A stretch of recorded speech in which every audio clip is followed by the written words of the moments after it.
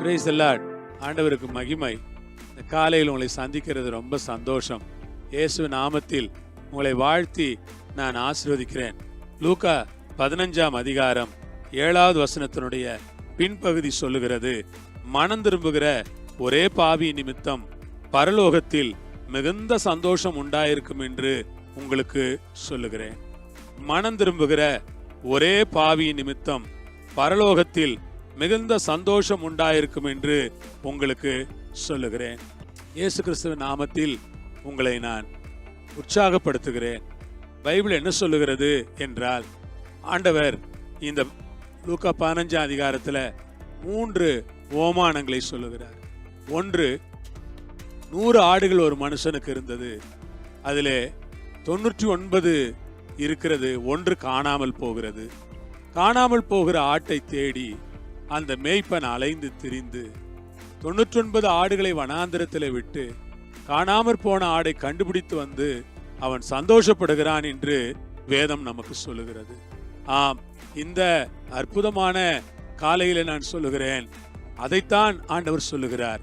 அதுபோல 10 வெள்ளிக்காசு இருந்தது, 10 வெள்ளிக்காசிலே 1 வெள்ளிக்காசு காணாமற் போனது. அந்த காணாமற் போன வெள்ளிக்காசை அந்த ஸ்திரீ கண்டுபிடித்த போது அவள் எல்லாரையும் அழைத்து சந்தோஷப்படுங்கள், நான் என்னுடைய வெள்ளிக்காசை கண்டுபிடித்தேன் என்று அவள் சொல்லுகிறாள். அதுபோல 2 மகன்கள் ஒரு தகப்பனுக்கு இருந்தார்கள்.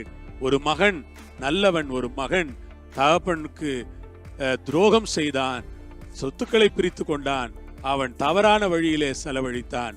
ஆனால் அவனும் திரும்பி வந்தான். பைபிள் நமக்கு என்ன சத்தியத்தை போதிக்கிறது என்றால், மனம் திரும்புகிற மனிதர்கள் பாக்கியவான்கள். சில வேளைகளில் மக்கள் மனம் போன போக்கிலேயே போய் விடுகிறார்கள், தவறான பாதையிலேயே இருந்து விடுகிறார்கள், தவறான காரியங்களையே செய்து விடுகிறார்கள். அது அல்ல. ஆண்டவருடைய வேதம் சொல்லுகிறது, மனம் திரும்புகிற ஒரு பாவி நிமித்தம் பரலோகத்தில் மிகுந்த சந்தோஷம். பரலோகம் எப்படி இருக்கிறது என்றால், மனம் திரும்புகிற பாவிகளை பார்த்து சந்தோஷப்படுகிற பரலோகமாய் இருக்கிறது.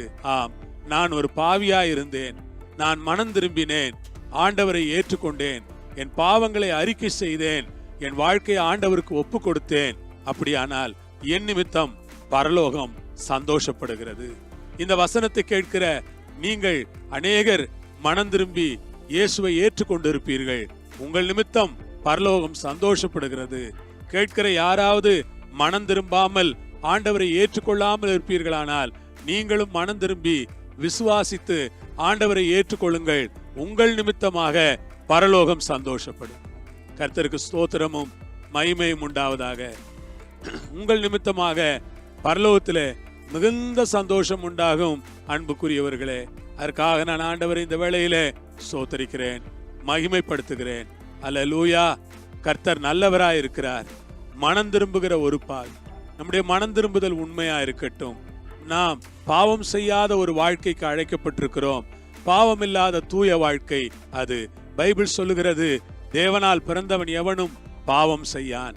காரணம், தேவனுடைய வித்து அவனுக்குள் நிலைத்திருக்கிறது.